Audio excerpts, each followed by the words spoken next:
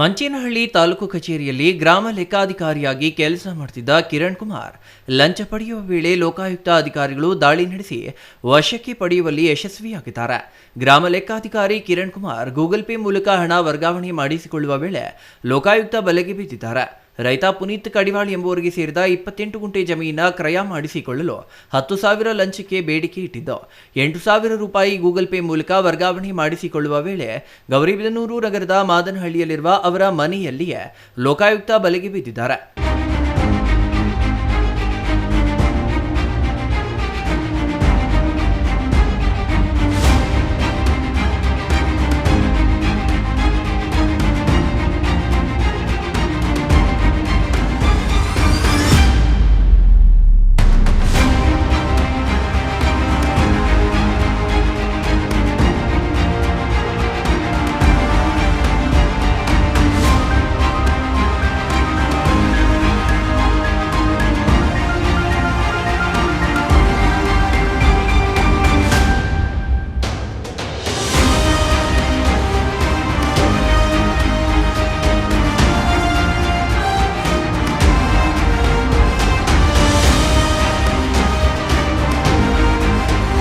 ಈ ಕಾರ್ಯಾಚರಣೆಯನ್ನ ಲೋಕಾಯುಕ್ತ ಎಸ್ಪಿ ಆಂಟೋನಿ ಜಾನ್ ನೇತೃತ್ವದಲ್ಲಿ ಡಿವೈಎಸ್ಪಿ ವೀರೇಂದ್ರ ಕುಮಾರ್ ನೇತೃತ್ವದಲ್ಲಿ ನಡೆದಿದೆ. ಸಿಬ್ಬಂದಿ ಗುರು ಹಾಗೂ ಮತ್ತಿತರರು ಪಾಲ್ಗೊಂಡಿದ್ರು. Shashikiran, CTV news, Manchenahalli.